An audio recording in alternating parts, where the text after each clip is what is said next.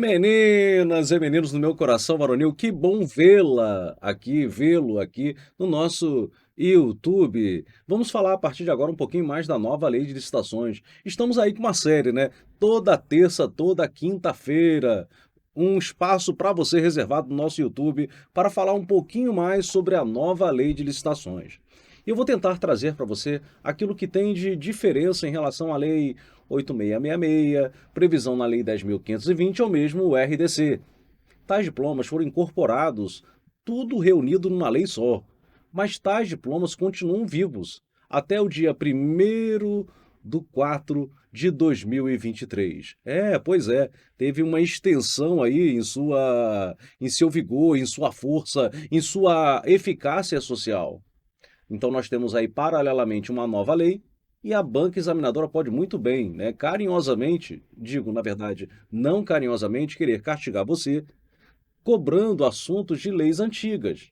Leis que já tem data de falecimento, data certa para morrer, mas vai acontecer. Por exemplo, recente concurso público realizado pela FGV, Tribunal de Contas do Amazonas, na mesma prova havia questões sobre a nova lei e a lei 8666. Durma-se com um barulho desse. É uma evidência clara para nós que a banca pensa algo do tipo: vem cá, o artigo 191 da nova lei de licitações não permite ao gestor usar a antiga ou usar a nova? Sim, permite. Durante quanto tempo? 2 anos. Então, você que entra na administração pública pode se deparar numa situação concreta numa fiscalização, você, auditor de Tribunal de Contas, com as duas leis. Então você tem que conhecer as duas leis. Ah, mas eu faço concurso para a área fiscal. Então, para o concurso fiscal, o que eu percebi no concurso da Sebrasp foi a cobrança tão somente da nova lei de licitações. E qual é a lógica? A lógica é que quem trabalha com fiscalização não vai ter que ficar fiscalizando o dia a dia, trabalhando com licitações e contratos. Então, na carreira fiscal, uma boa banca vai cobrar só a nova lei. Na área de controle e gestão, tribunais de contas, controladoria como o CGU, eu não tenho dúvida de que ela tem que cobrar, e é prudente que ela cobre as duas normas, né? Na verdade, as quatro normas: a lei do pregão, o RDC, a lei 8666 e a nova lei de licitações. Bom, o nosso encontro hoje é para falar sobre as sanções. O que mudou? Né? O que a gente teve de acréscimo? Na verdade, o que tivemos de acréscimos, e no plural, tá? Vem comigo. Na telinha, eu quero primeiro apresentar, né, a retrospectiva. Ah, professor, momento nostálgico. Ah, que saudade da lei. Da Amélia, não. A Amélia a gente também tem saudade, mas a lei 8666 ainda mais, né? Ah, tanto tempo estudando essa lei, e daqui a pouco a gente não vai estudar, não vai ter mais a nossa lei do capeta para nos atormentar. Essa lei vem trazendo lá como sanções a advertência. Deixa eu ampliar a telinha para você. A advertência, a multa, a suspensão para licitar ou contratar, ou ainda contratar, e também a declaração de inidoneidade.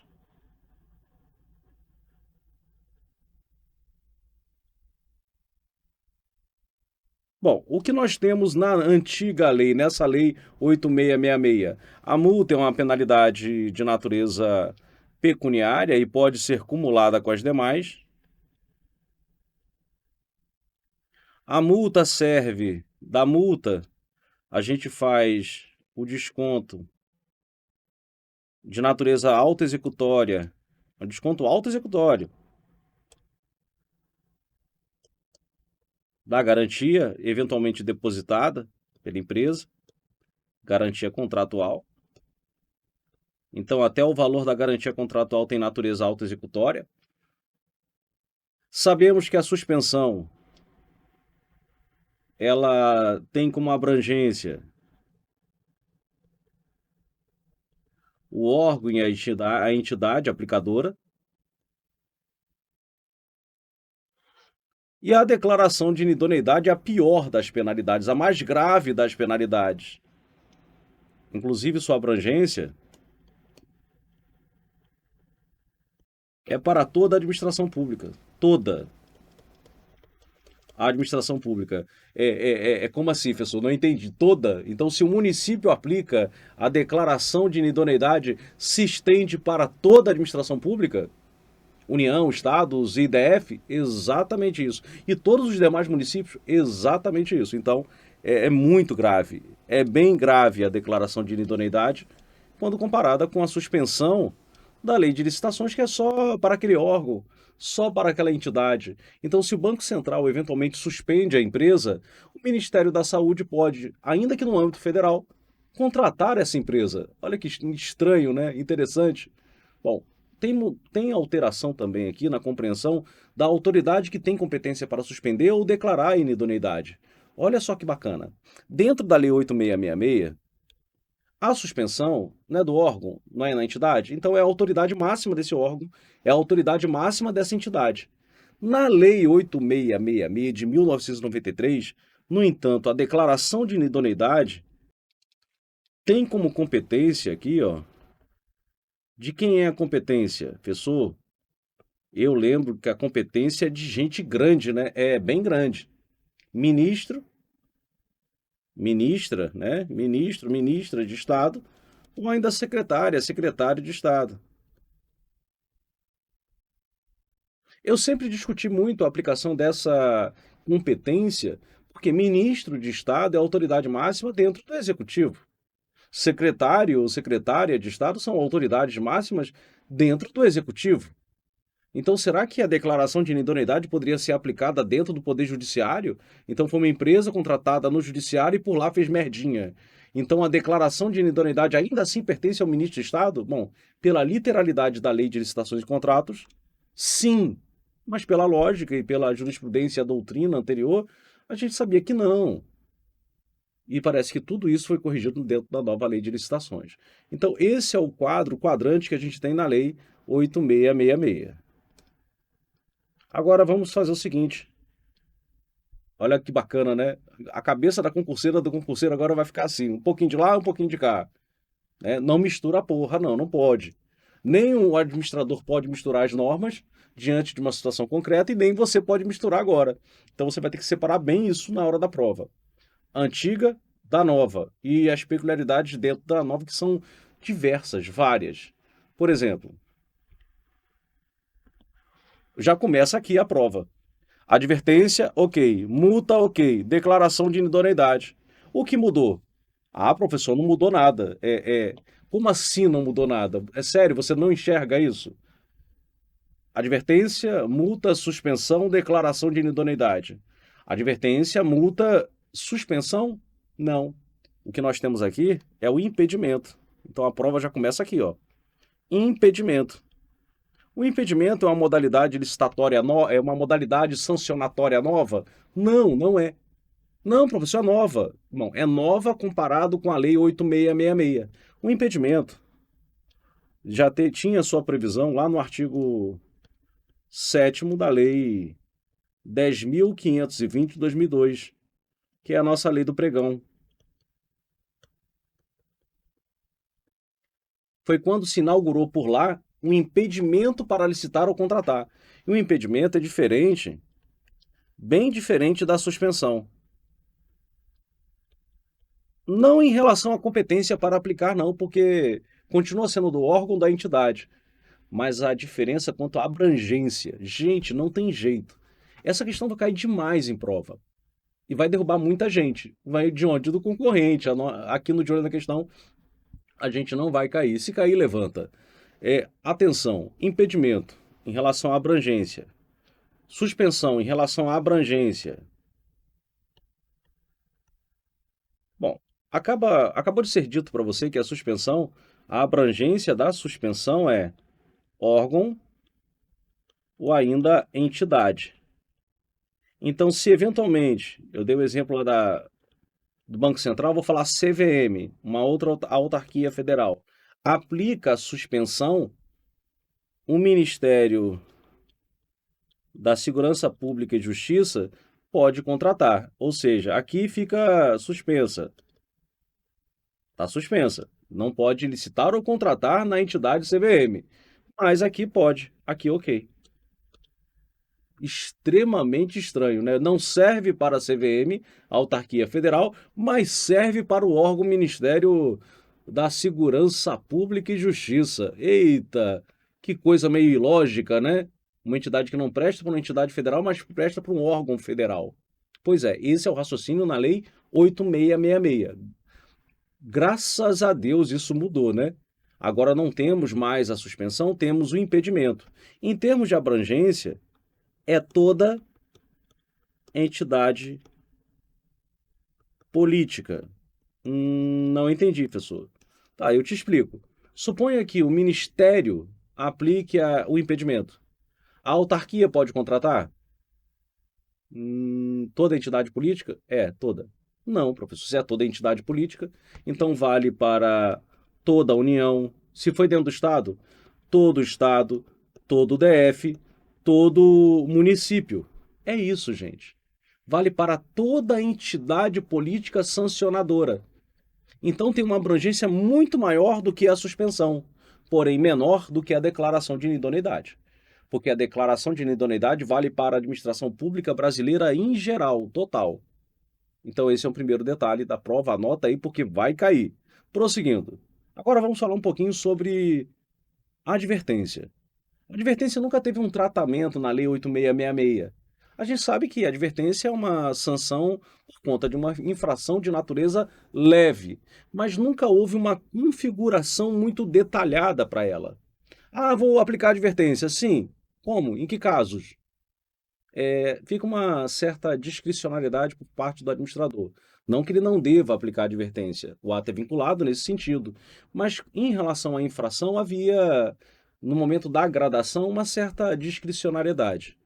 Agora, o nosso legislador vem trazendo, ou sinalizando, pelo menos, quando é que você aplica a advertência. A sanção prevista no inciso 1, que é a advertência, será aplicada exclusivamente, ou seja, somente, ó, um somente verdadeiro aqui, ó, aplicada somente pela infração prevista no inciso 1. Então eu não tenho dúvida que para efeito de concurso público vai vir uma questão contextualizada, seja da FCC, Sebrasp, FGV, porque elas trabalham dessa forma, contextualizando, e vai falar, vem, diante dessa situação e não sendo algo mais grave, a penalidade vai ser impedimento, aí vai colocar suspensão, aí tentando derrubar alguém, né? Não tem mais suspensão dentro da nova lei de licitações, e aí vai. Aí você, opa, preciso saber o que está lá no inciso 1 do caput do artigo 155. Que hipótese é essa que pode gerar, e só ela pode gerar, advertência? Está aqui, da causa à inexecução parcial. Ah, professor, então se for uma inexecução total, esquece, né? Esquece, gente. Só a inexecução parcial e módica, né? Porque se for algo mais grave, ó, não se justificar a imposição de penalidade mais grave. Existem inexecuções parciais e existem inexecuções parciais. Quer dizer, tem inexecução parcial que é bobinha. A gente consegue consertar e prosseguir o bom andamento do contrato administrativo. Tem inexecução parcial que é grave, muito grave. E aí pode gerar até uma declaração de inidoneidade. Agora, a inexecução total, esqueça, não abre espaço para advertência. Só a inexecução, e se parcial, é que habilita a administração pública a aplicação da penalidade de advertência. Prosseguindo. Serão aplicados responsáveis a multa. Bom, a multa é a única penalidade de natureza pecuniária aqui também. O que me salta aos olhos e que, para efeito de concurso público, é essa nova dinâmica em termos de apresentar para o gestor uma faixa, uma gradação percentual da multa. Acompanhei. A multa, 0,5%, não pode ser inferior. Então, embora haja um ato vinculado de aplicar a multa, existe uma zona de certa discricionariedade na gradação da aplicação da multa. São dois momentos que você deve compreender bem. Deve aplicar a multa? Deve, ato vinculado. Mas qual o percentual? Bom, é 0,5%. Pode ser inferior? Nunca. Não pode ser inferior a 0,5%. Pode ser superior a 30%? Não, não pode ser superior a 30%. 0,5 a 30%. Mas dentro desse limiar, dentro dessa, desse gradiente, pode o administrador público escolher 10, 15, 20%. Então há uma certa discricionariedade no momento de se graduar a multa. Entendi. Então guarda esses percentuais porque até então inexistentes na Lei 8666. Isso aqui é uma novidade, não tem na Lei 8666. O que nós tínhamos era um percentual, mas da multa penal. A multa por conta do cometimento de um crime. E crime hoje não tem mais dentro da nova lei de licitações. Na verdade, não tem nem na antiga, porque foi o único item revogado automaticamente. Um único item revogado automaticamente e tudo passou a ser tratado no capítulo específico de crimes contra a administração pública lá dentro do Código Penal. Já deveria estar há muito tempo. Serão aplicadas aos responsáveis as sanções previstas nos incisos 1, 3 e 4, podendo ser cumulada com a multa, ou seja, não mudou nada. A multa continua a ser aplicada cumulativamente com as demais penalidades, então não muda em relação ao 8666. Se a multa aplicada às indenizações forem superiores ao valor eventualmente devido, além da perda desse valor, a diferença será descontada da garantia ou será cobrada judicialmente. Ou seja, perceba que a multa, dentro da Lei 8666 e dentro da nova Lei de Licitações, nós temos o quê? Uma natureza autoexecutória. Até o valor, descontando daquilo que a empresa ainda tem a receber, descontando do valor da garantia que ela tenha eventualmente depositado perante a administração pública. Então não muda o nosso cenário de natureza autoexecutória até onde a administração pública tem como descontar. Agora, se não tiver mais como descontar, realmente tem que bater as portas do Poder Judiciário, não sendo ato autoexecutório. Então, nós temos uma autoexecutoriedade limitada da multa, seja na Lei 8666, seja dentro da nova Lei de Licitações. Então, não mudou muito a sistemática, ok? Bom, o que parece estar diferente é o seguinte: lá na Lei 8666, você primeiro desconta da garantia, preferencialmente da garantia. E depois, se ela não for suficiente, dos valores que a empresa ainda tem a receber. E aí, se não for suficiente, aí é judiciário.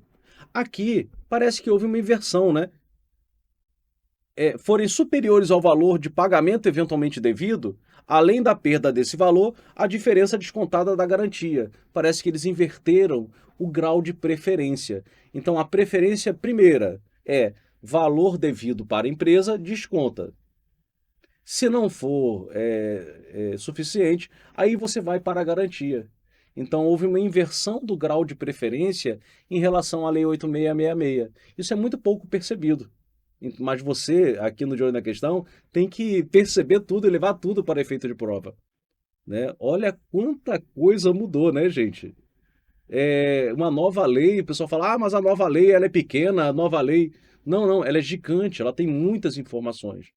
Cada leitura que eu faço dessa lei, eu consigo extrair mais informações, né? Cada leitura que eu faço, porque nem tudo está no livro, né? Às vezes são interpretações que nós, né, estudiosos do direito, acabamos por construir.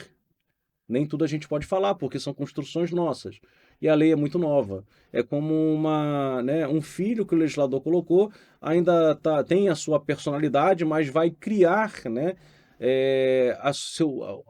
os seus princípios, o seu caráter ao longo do tempo. Então essa lei ainda está começando a engatinhar, a ser lida, interpretada no campo doutrinário, daqui a pouco jurisprudencial, e a gente vai conseguir ter uma certa maior zona de certeza em relação às nossas afirmações.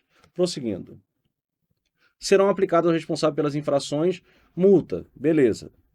Na aplicação prevista no inciso 2, que é a multa, será facultada à defesa no prazo de 15 dias úteis. Eles separaram a aplicação da multa, declaração de idoneidade e impedimento de licitar, e eu vou explicar por quê. No caso da multa, 15 dias úteis. Então você sabe que a defesa é em dias úteis. Na verdade, essa lei, a nova lei de licitações, diferentemente da anterior, praticamente unificou a ideia de contagem em dias úteis. Na lei 8666, Raramente é previsto contagem em dia útil, normalmente o dia é corrido. Aqui, ao contrário, né? Assim como a dinâmica dentro do Código de Processo Civil, que também começou a prever prazos contados em dias úteis, isso contaminou uma norma de direito público e os dias contados também de forma útil. Serão aplicados, agora vem, impedimento para licitar. Lembrando que não se confunde com a suspensão da Lei 8666, não por conta da competência, mas sim pela abrangência, que é bem maior do que a suspensão. A sanção prevista no inciso 3 será aplicada ao responsável pelas infrações previstas. Então, para mim, uma questão bem contextualizada de banca vai ser contextualizar essas situações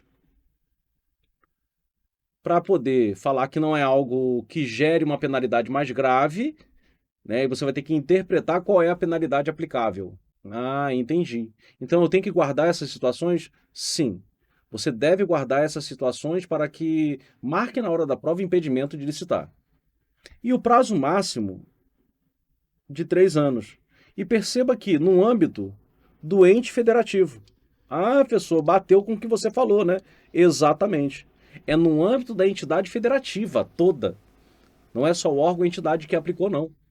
É toda a sua entidade federativa. E o prazo máximo? 3 anos. E nesse ponto, eu faço destaque ao artigo 7º da Lei do Pregão, que é a Lei 10.520. Pessoal, por que destaque a Lei 10.520? Então, na Lei 10.520 foi onde surgiu o impedimento de licitar e contratar. Isso legalmente falando. Professor, qual é o prazo lá? Então, aqui o prazo é de até 5 anos. E dentro da nova lei de licitações, o prazo máximo de 3 anos.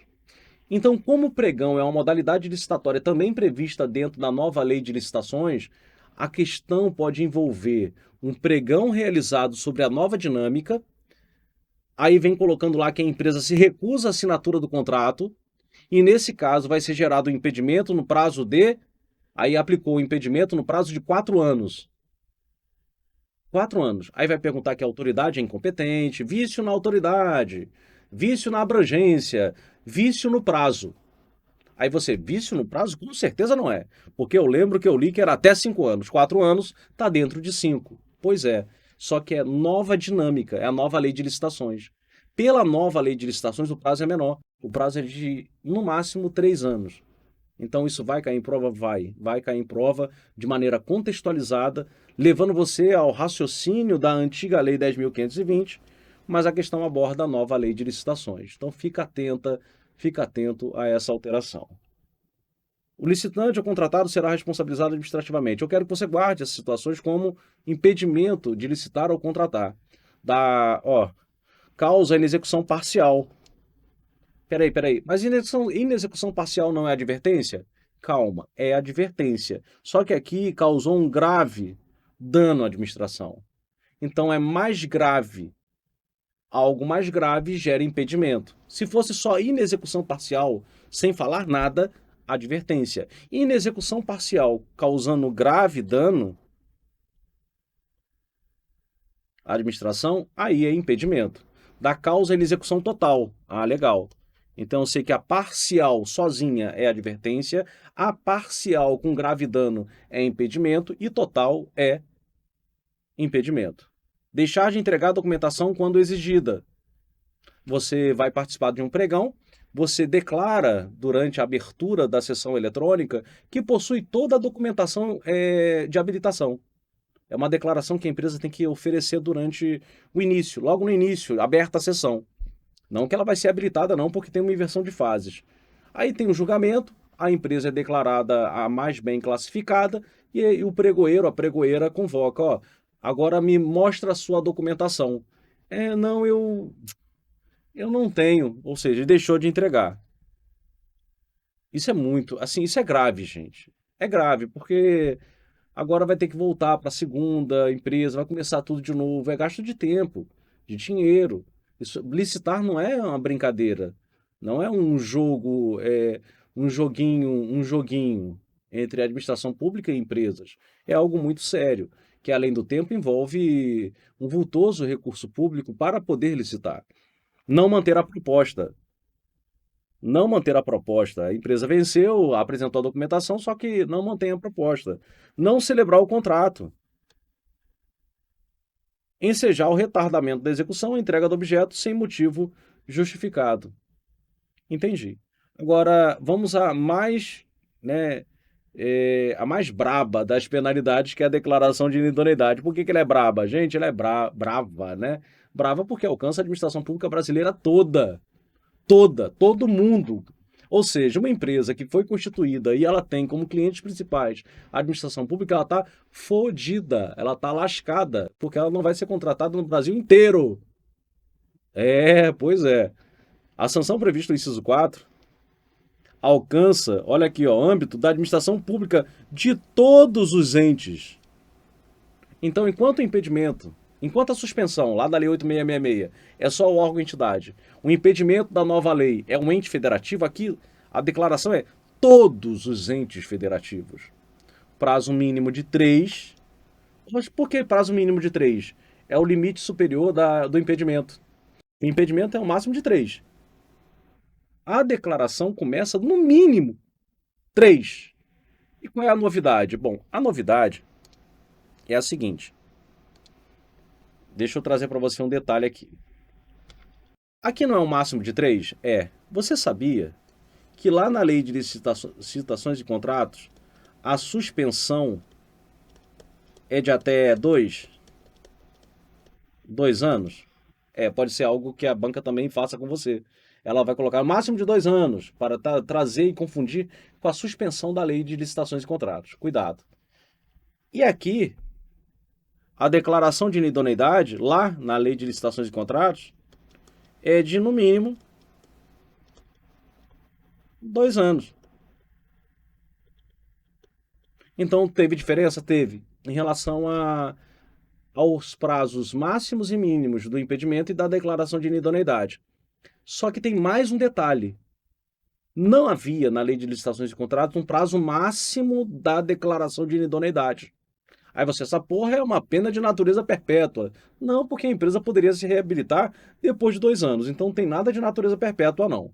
Mas o legislador aqui, ele traz um prazo máximo, gente, de 6 anos. Ou seja, ainda que a empresa, pelo que eu entendo, né? Depois de 6 anos, ainda que a empresa não faça porra nenhuma, né? Morreu tudo, ela tá limpa e pode ser contratada de novo. É isso? É o que tá aqui. Mesmo que ela apresente uma documentação falsa, ainda que ela fraude a licitação, comporte-se com fraude, gente, praticar atos ilícitos para frustrar o objetivo da licitação, é coisa muito grave. Olha aqui, vou até botar documentação falsa, fraude, frustrar e ato que fere a lei anticorrupção, tá aqui, ó. Então ficou fácil entender quando é a declaração de inidoneidade? Sim. É quando aparecer documentação falsa, fraude, ato ilícito, aí realmente é algo muito grave. Aqui é a nossa lei anticorrupção. Prosseguindo. Mais uma diferença agora, bem assim, essa é uma diferença que eu considero elementar. Isso já era previsto doutrinariamente, jurisprudencialmente, porém na lei 8666, burra, só falava ministro de Estado. A declaração de inidoneidade, gente, dentro do Poder Executivo, será de competência exclusiva do ministro, do secretário. Mas quando? Dentro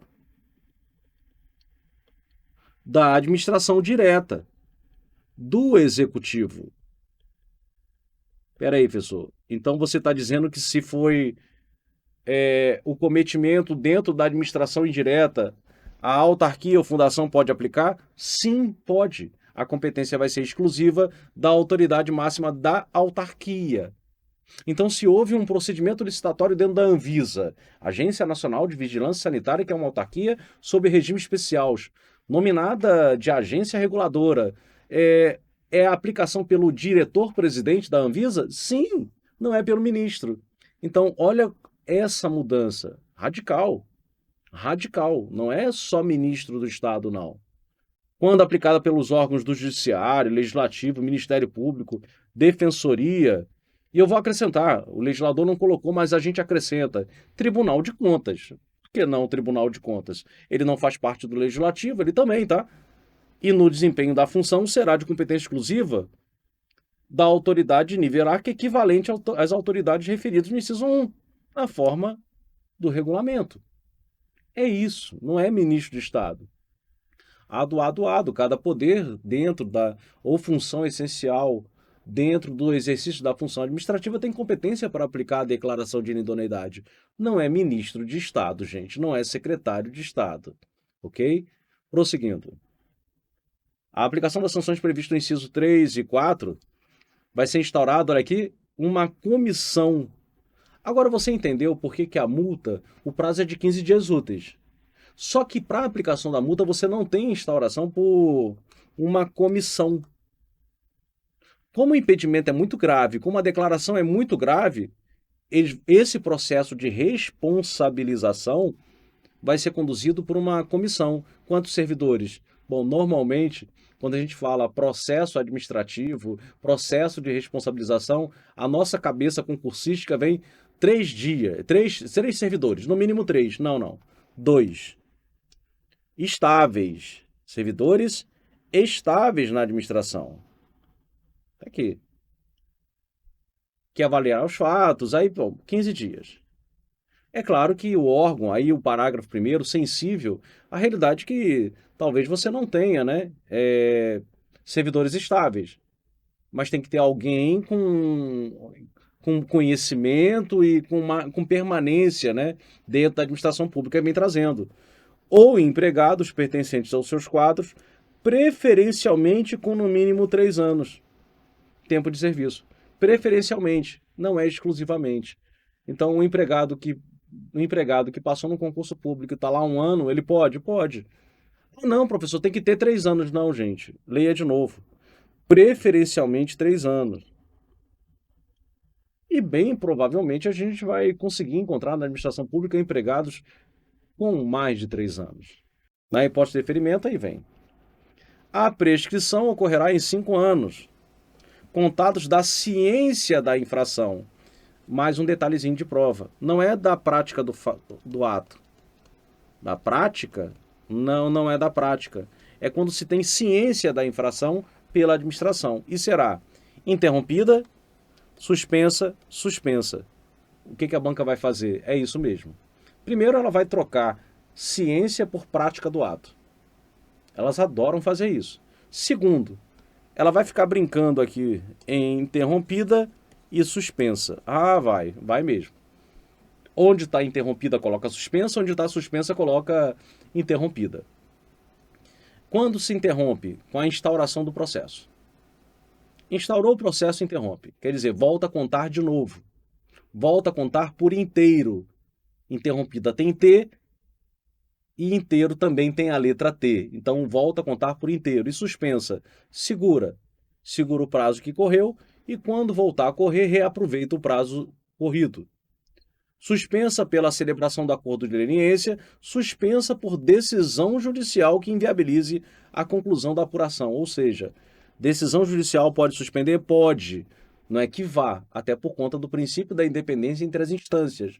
Uma decisão judicial, ela não tem como efeito automático obstar, sobrestar, segurar o curso do processo administrativo. Não, ela não tem esse efeito normalmente, mas pode acontecer quando inviabilize a conclusão da apuração administrativa. Isso vai ficar a critério do administrador público.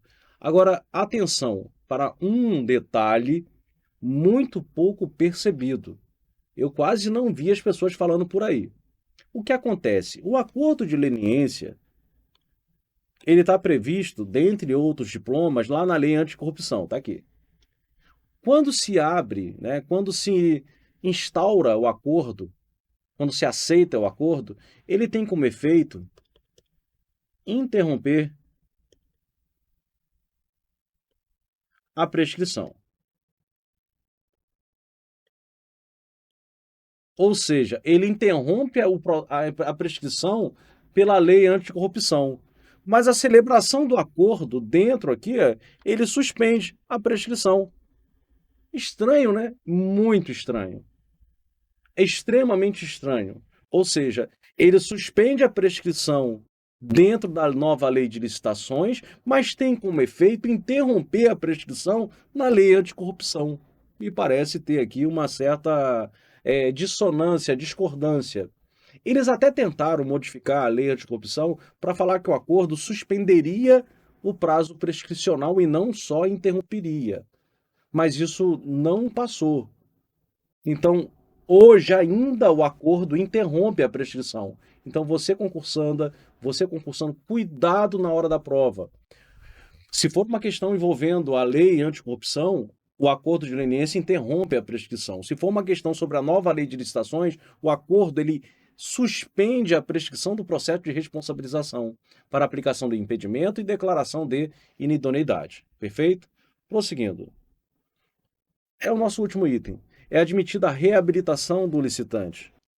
E aí, detalhe de prova. O primeiro detalhe, exigidos cumulativamente. É isso mesmo. O que sua banca faz? Alternativamente. Basta um. Basta a reparação? Não, não basta a reparação. É cumulativamente. Reparação, cumulativamente pagamento da multa, transcurso de no mínimo um ano, no caso de impedimento. Transcurso de no mínimo 3 anos, no caso de declaração de inidoneidade. Então você só consegue ser reabilitada, mesmo que pague tudo, mesmo que pague a multa, no caso de impedimento, depois de um ano. Depois de um ano da aplicação da penalidade.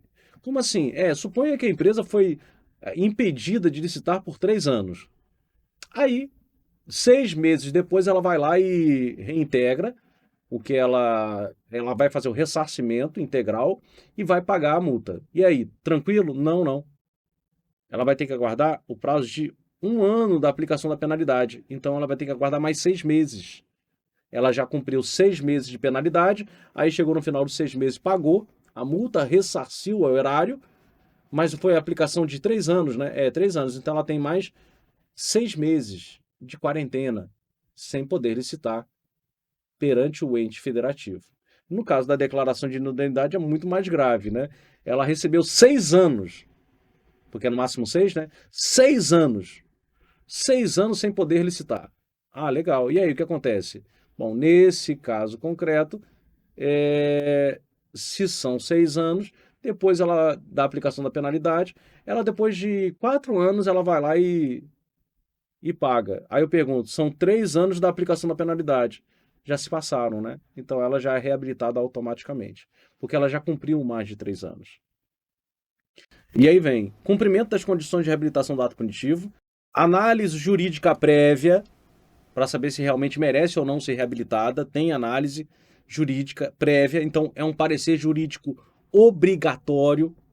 A sanção pelas infrações exigirá como condição a implantação do aperfeiçoamento do programa de integridade. Essa questão aqui, se cair, ela vai ser um pouquinho mais complicada para você. E assim, é cara de concurso mais pesado, tá? Ou seja, além de tudo isso, além da concorrência de todos esses requisitos para a reabilitação, saiba que, nos casos dos incisos 8 e 12, além de tudo isso, tem que instalar um programa de integridade. Gente, o programa de integridade falando assim, pô, eu vou agir de maneira ética, eu vou ensinar as pessoas aqui dentro a serem honestas. É um programa de integridade. No caso de declaração falsa, no caso de ferir a lei anticorrupção. Então, apresentando declaração falsa, prestando declaração falsa, ou ainda um ato lesivo à administração pública brasileira ou estrangeira, que é na lei anticorrupção, você ainda precisa, além de todos os requisitos, de instalar um programa de integridade. Eu acredito que esse passeio pelas sanções previstas na nova lei de licitações, em comparação com a antiga lei, tenha sido suficiente para você. Suficiente mesmo. Aqui a gente falou sobre praticamente tudo. Quando eu falo praticamente, não é tudo, mas sim os principais pontos. Sempre tem algo a mais e sempre a gente vai ter que crescer, estudar. estudar um pouco mais, ler um pouco mais, treinar um pouco mais. Acredito que você esteja no site correto para alcançar o seu objetivo, que é a aprovação do seu desejado concurso público. Agradeço demais a presença de vocês, espero que esse vídeo tenha sido efetivo. Coloca aqui o seu comentário, dá o seu like.